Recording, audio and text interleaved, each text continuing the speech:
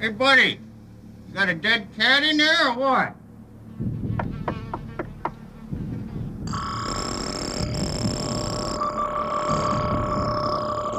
Fuck you, asshole.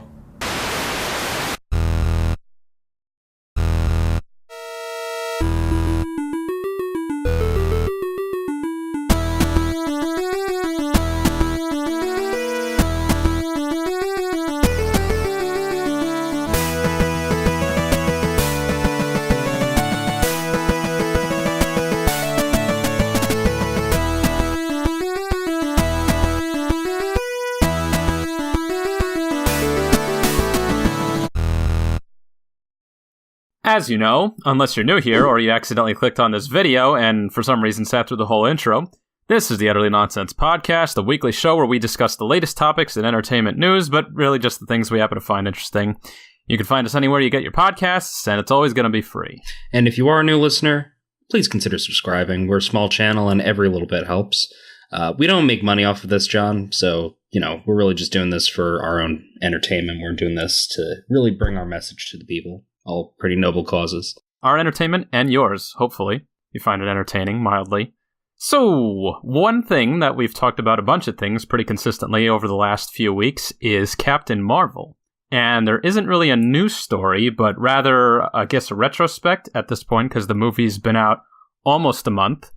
And the whole thing that everybody was kind of zoning in on was how well it was going to perform at the box office. People were saying, yeah, this is going to be Marvel's first bomb. Screw this movie, all the politics behind it, screw that, screw Brie Larson, let's boycott this thing. So, let's look at the numbers. Worldwide, the movie, as of today, has made $938 million. Sounds like a successful boycott to me. Yeah, okay. So, couple things. First of all, I don't think anyone is too shocked by these numbers. If anything, it's a little lower than Marvel's probably expecting. So the thing is, I don't think anyone expected a boycott to actually work. Despite the marketing for this movie being kind of a train wreck, despite the fact that they really did a lot to alienate their traditional audience, it's a Marvel movie. At the end of the day, it's a pretty loyal fan base. I mean, people were going to see this no matter what. It was a subpar movie. I don't think you've seen it yet, but, avoid it if you haven't. It's just boring. And here's the thing, maybe Marvel knew kind of what it was doing with the controversy, because it would stir up, all the feminists, so we gotta see this movie. If you don't see it, you're a bad feminist, because, it's the big woman vehicle of Marvel, the first woman-led film. And then the whole thing about what Brie Larson said, because of that, you have people on the other end, a huge part of your audience is white males, and then people will speak up and say, well, I don't like what she said. And then, other people will go against that and say, you're just being, bigoted or whatever. And basically, there's a lot of people saying, yeah, this is going to suck. And not even to mention all the inconsistencies with the actual established Marvel universe. Oh my God, yeah. But what happened? People went to see it anyway. I feel like, especially all the people on YouTube who are saying, yeah, this movie's going to suck. And they made video after video. Us included. I was about to say, yeah. And they went and saw it anyway. It's like, if you want it to fail, don't watch it. I mean, I personally didn't watch it, but we weren't explicitly rooting for it to fail as a collective. Honestly, I did want to see it be good. I obviously, in the back of my mind, I wanted it to fail just because of the marketing, just because of how, alienated it made me feel. But, at the end of the day, I'm a Marvel fan. I really went into it open-minded. I went into it hoping it would be just another great Marvel entry, but it disappointed. Aside from the super feminists who will never say anything negative about a female-led vehicle, I genuinely don't know anyone who's praising this movie, Some do. Apparently, there were some female critics that didn't speak very highly of it, and then they get backlash for that, saying, no, how could you do that to this movie? You a hypocrite now. Yeah, I mean, I remember seeing, I forget where it was, probably Twitter or Instagram, one of the social networks, but I do remember seeing just people saying how all the reviews that were against Captain Marvel were from the male perspective, but not then true. you have a bunch of women who were saying this was not a great movie. So I find it ironic, first of all, that people are automatically assuming it's a sexist thing to say that this female-led movie is not that great. Just watch the movie with an open mind. Try to put your political biases aside. It's just not a good movie. Yeah, and that's the thing, like with what Brie Larson said, where she wants to be interviewed by more people who aren't of a certain type. It's like, yeah, okay, even if you have different kinds of people critiquing your movie, how do you know that their opinions are going to necessarily be different? How do you know that they're just not going to average out like, your supposed majority of critics and just you'll get the same result anyway, just on a broader range of demographics? See, that bugs me. Like, I actually really liked Brie Larson as an actress. I still like most of the roles she's in. Captain Marvel is the one really notable exception. But how the hell can she act this way to this fan base? How the hell can she say things like that and it just be considered socially acceptable? Yeah, I don't know. It's mind-boggling to me how much of a double standard is at play here, and how there's really not more widespread coverage about her comments. Yeah, but it seems none of it really mattered because, like you said, it has the whole backing, the whole giant Disney Marvel vehicle behind it, and that's going to push this thing to the top. And also, it's the lead into, the next Infinity War. Yeah. But Black Panther was the lead into Infinity War, and look how well that did. Yeah, that's true. Or rather, Endgame. It's the lead into Endgame, right. And so not only do you have the Marvel loyals, not only do you have the people rooting for it, the people rooting against it who want their opinions validated by going to see it and then saying, see, I watched it and it was a pile of crap. But really, I guess it's just kind of, it's not that bad. Captain Marvel, yeah, that's pretty much the boat I'm in. Yeah. So you got all these things going for it. Again, compared to most of the Marvel Cinematic Universe, it was just bad. It was disappointing. Even Black Panther, I don't think it was a perfect movie by any means, but it was good. I actually enjoyed watching it. I didn't come out of the theater hourly despising it, even though it did sort of push a similar sort of message to Captain Marvel. That being said, Endgame, I'm really excited for. It's obviously the follow-up to Infinity War. They've built Captain Marvel up to be so much, only to show that she's nowhere near as again, they make a point of trying to say how powerful she is in her own movie, but they never actually do anything to show it. That was all just advertising, like what Kevin Feige said. He says, this is it. This is the big major character that they're going to add. You better see this movie so you know what's going on in the next one. Yeah, so I think I said this last time, but there's really nothing to indicate that she's at all going to turn the tide against Thanos in Endgame. And, we see towards the tail end of the last trailer that she's just sort of, I don't know, I feel like they're trying to make it so that they think the audience has more of an attachment to this character than they clearly do. Yeah. And it's just amazing how much of a misstep that was on Marvel's part. For a second, I thought that Captain Marvel might have been intentionally disappointing just so Endgame would feel that much better, but I feel like Marvel probably wouldn't do that.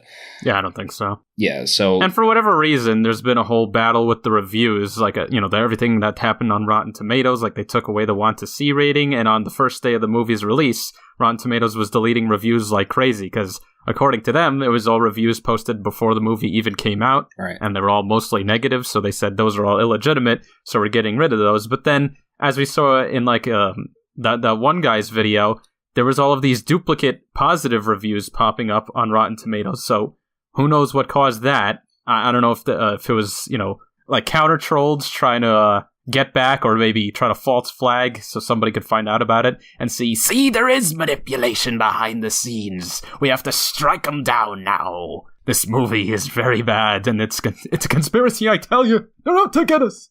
I mean, that's got to be part of it. If you genuinely believe that trolls, and I use the air quotes here even though you can't see me using them, if you really think that trolls could sink the reviews on Rotten Tomatoes, if you think that trolls could actually bring the score down, then what is stopping people on the other end, people who obsessively like this movie and were on the side of female empowerment or whatever you want to call that side?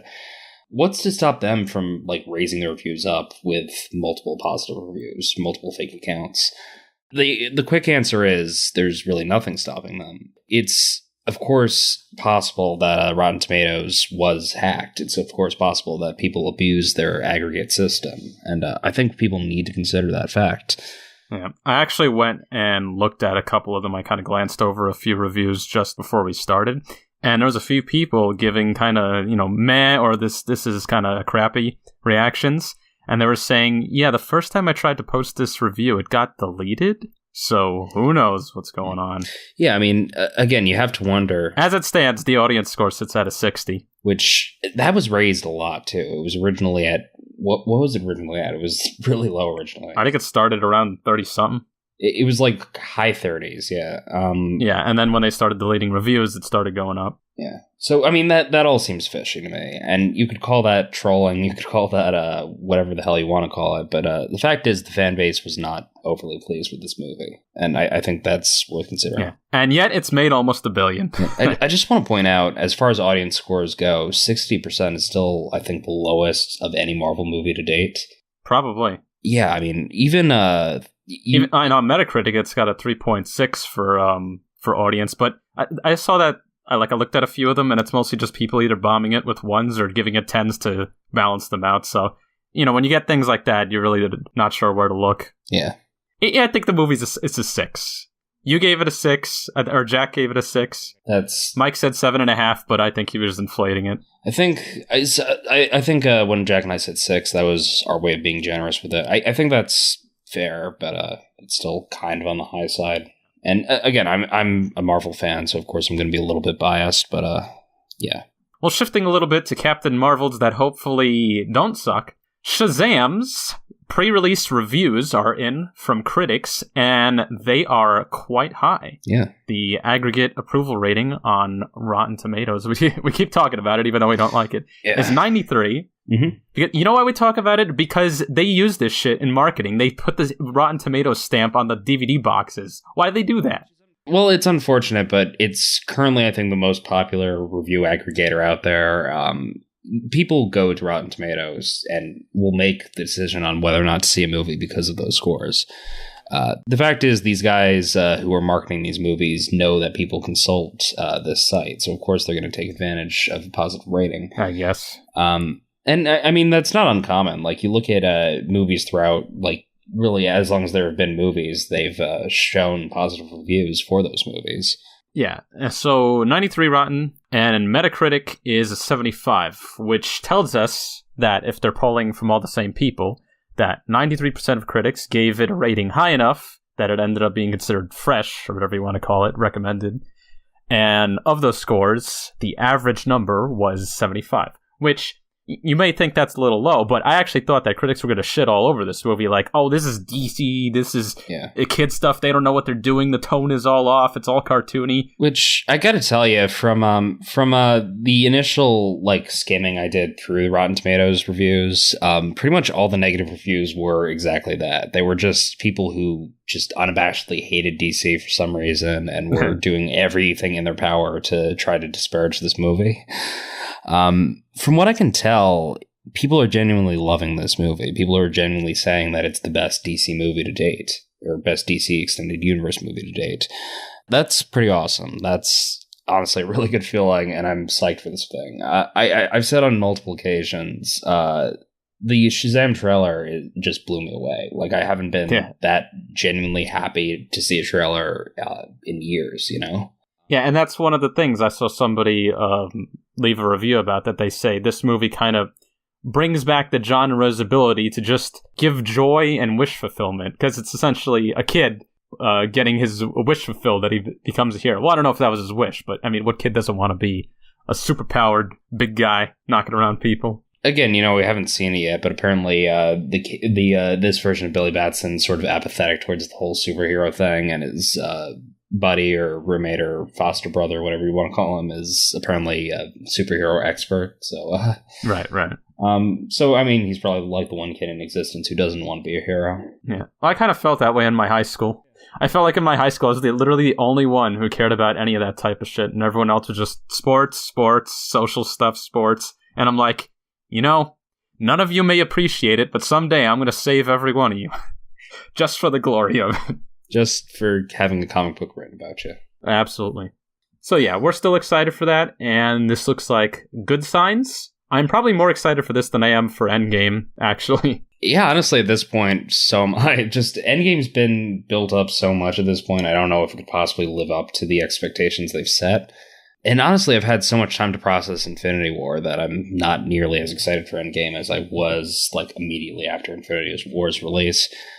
That being said, like I've heard just like the initial, like obviously they're trying to sell a movie, but apparently Chris Evans cried like 3 times during the first hour of Endgame. And you know, people just were having a strong reaction to this that were close to the project.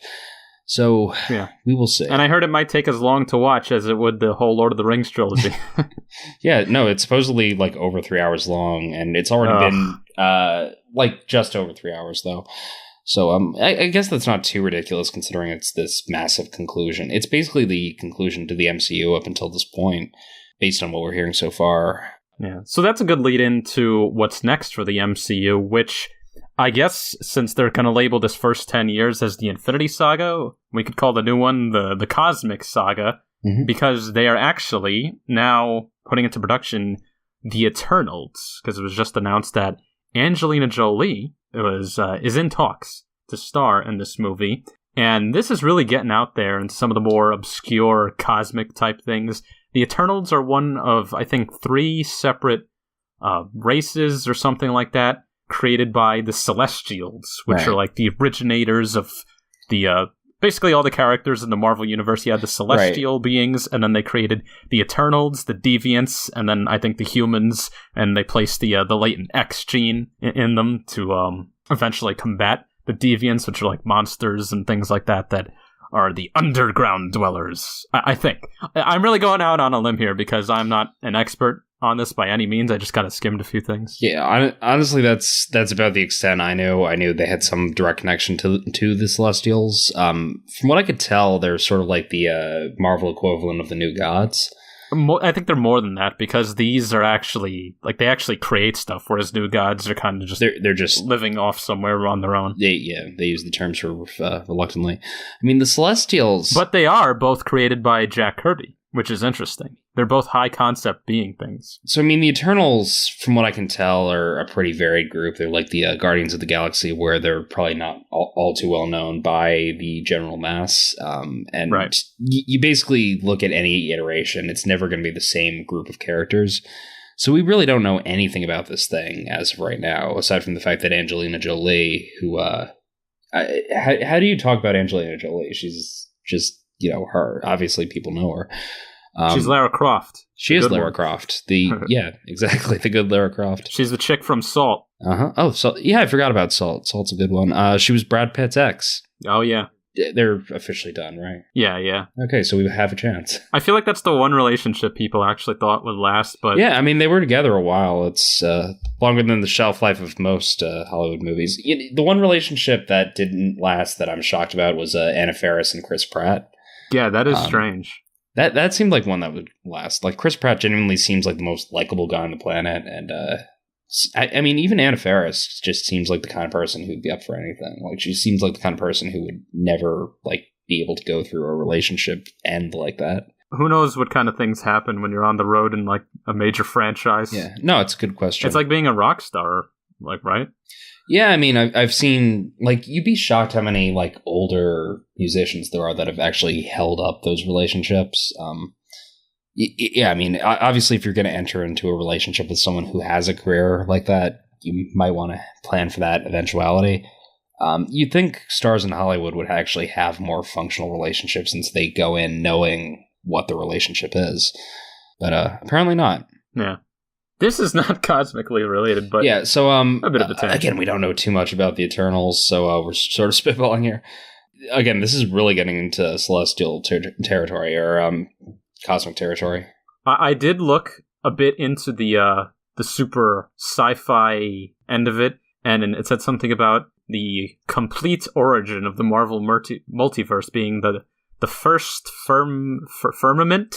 Yeah, the first firmament was the very first original cosmos from which all others stemmed. So out of him, it decided to create, and then you had the second cosmos, and then you eventually had the entity known as Eternity, which is the embodiment of, I think, the Marvel universe, multiverse, who knows? Yeah. But anyway, one of those things eventually created the Celestials, which created the Eternals, and I think the Deviants will be the villains of the Eternals movie starring Angelina Jolie. That's all I know.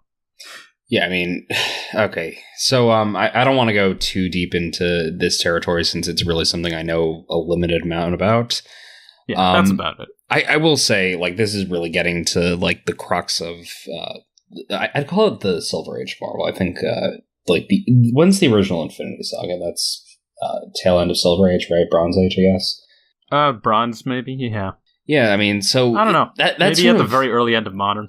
So I know it was like the late 70s that the Celestials and the Eternals sort of came to be. We've seen some hints of the Celestials so far. I guess the most notable example is in Guardians of the Galaxy. Volume 2, specifically, we see Ego, who is, I guess, technically a Celestial in this timeline. Oh yeah, Thanos is actually classified as an Eternal, but he had a mutation. Oh. So I guess that makes him a Deviant? Yeah, maybe. I don't know. Yeah, I mean, it's going to be weird if they introduce the Celestials since they're basically godlike beings and, you know, Marvel's sort of tried to stay the more scientific route, actually giving a rationale for them. So it'd be interesting to see how they... Because I feel like if you're going to introduce the Eternals, you have to put more pressure on the Celestials just to make the whole thing make sense. I could see Angelina Jolie playing Lady Death, but I feel like that's unlikely. Yeah. Well, whatever the new phase, if they actually get to build it up, will lead to, it's probably going to be something hugely high concept. Yeah. And, yeah. I don't know. It's going to be weird. Who knows? We'll see what happens. Mm-hmm. So, bringing it back to something we talked about over the summer, I believe, because we got one little image reveal, and that's really been it since. But there is one slight bit of news. Terminator 6, I guess, also known as the third reboot, now has an official title called Dark Fate, which suggests a few things. But first of all, like I said, the only thing we really know about it is two things. The one image and the title and the actors who were cast. So I don't think there's been any new casting news. We know Arnold's going to be in it again as both the Terminator and the scientist who creates him. Hopefully, I heard he's going to be a human. I mean, that would make sense, actually. Like, of course, a creator of these things would model his creation after him. Of course, then you're getting into the sort of God analogy. But yeah, I guess if they're going to have him be the actual Terminator, they're going to seriously have to de-age him. Like, I can't imagine him playing that role in his current age. Well, I figured if they actually decided to continue off of Genesis, they could just say it's the future of that movie, and then you have old Arnold. So I haven't seen Genesis. Well, spoiler, he survives, so he could still be around, technically. Gotcha. So what is it, like a version of his Terminator from the original trilogy is, like, it just give me a brief synopsis. All right, well, what happens is Skynet, in another last-ditch attempt, decides to kill Sarah Connor as a child, and then the Resistance sends a reprogrammed Arnold back to protect her. And so he does, and then he's around by the time the T-800 from the first Terminator gets back, and he protects her from that right away. Like, they're actually expecting him for some reason, because they know about the original timeline. I don't remember how. So He basically fights a CG version of himself, and they go through the timeline of Terminator 2, but it's all changed up, and then essentially they end up in, like, 2014 or something like that. Mm-hmm. And they defeat the super newest Skynet robot that they sent back in time to kill all of them, which went back in right after Kyle Reese, I think. Right. And they beat that, and then old Arnold is there at the end, and Kyle Reese is alive, and they say, well, now we have one big happy family. You, me, and a robot. Yeah, so somewhere along the lines, this just got increasingly more convoluted. Yeah, which is, I guess, why they're rebooting it. Also because underperformance, I suppose. Yeah. And again, they're saying that they're intending for this movie to start a new trilogy, which they said about Genesis, which they said about Salvation. Well, I mean, I thought Genesis was the start of the new trilogy, and Salvation was the start of the new trilogy, and Genesis was the sequel. I mean, look, you're gonna have a trilogy of failed starts to trilogies. Look, I actually love the original Terminator trilogy. I'm one of the few people who actually enjoyed Terminator 3. But come on, Salvation was just bad. Well, I liked it because it was different. It was like it was like Mad Max, but in the early part of the war, because they didn't have the plasma or anything yet. It was still 2018, whereas the war, as we know, ends in like 2028 or 29. I thought they should have stuck with that. Like, okay, take the hit, but now make the good movie that everybody wants to see. Make the one in the middle of the war where you see John Connor become the de facto leader, and you see all the futuristic shit, and then, maybe it'll be more well received. But no, they keep trying to rehash the old movies. And now James Cameron's on to produce this one, so that even more reinforces the fact that, it's going to ignore everything after T2. Right. So this is supposed to be the direct sequel, but funny enough, there's no adult actor cast as John Connor, but there is a kid who's a lookalike to the young Edward Furlong, who apparently will be playing him in, I don't know, maybe flashbacks or something, with a little CG manipulation there. So, considering the title is Dark Fate, I think John Connor is dead. That's it. And now the new leader of the Resistance has to be Sarah Connor. Played by Emilia Clarke? No, played by Linda Hamilton. Oh, okay. Yeah, she's back playing Sarah Connor again. With two, side characters. We don't know who they are. One of them kind of looks like a cyborg. The other's a human who, I don't know. She probably is like her sidekick now. If it was continuing Genesis, I would say, okay, maybe it's just that Kyle Reese is off somewhere with John Connor and they're in hiding. And Sarah Connor does, all the protecting and the action. But since it's not, I'm just going to assume, based on the title and the fact that it's just a kid, that he is dead. And now the new leader, because, women empowerment, is going to be Sarah Connor. Yeah. But here's the funny thing. The whole series is predicated on the paradox of, chicken or the egg, right? They send a robot back in time because John Connor is there to defeat the machines. He leads the human race to victory, and then he sends, Kyle Reese back in time to protect Sarah Connor. And then, they do the thing, and then baby John Connor comes out. But wait a minute. If there was never any John Connor to begin with, then the machines wouldn't have to send a robot back in time, and John Connor wouldn't have sent a guy back in time to then produce with his mother and make him, and then he wouldn't have been around. Error. Yeah. So, I mean, that's really the trouble with time travel. It just gets gradually more convoluted the more you think about it. But at least what I can tell about the Terminator timeline is that it was originally designed to be sort of static, in that, basically the events always happen that way. John Connor always existed in this timeline so that the machines could eventually try to go back in time to kill him, which subsequently created him. It's an infinite loop. There's no telling if anything actually started it or if that's just how time wanted things to happen. But I don't know. Either that or he was just had a different father to begin with. Well, I mean, when it really comes down to it, I feel like we can't get too hung up on the time travel thing. If we try to think about it, our heads will explode. Yeah, like mine. There's really no logic in time travel when you really think about it. I really don't think time travel would ever be possible for that reason, That's the thing about time travel, Barry. The more you do it, the less logic applies. Yeah. This is a direct quote, I believe. Yeah, that sounds about right. Basically, the writer's saying, just stop thinking about it. Oh boy.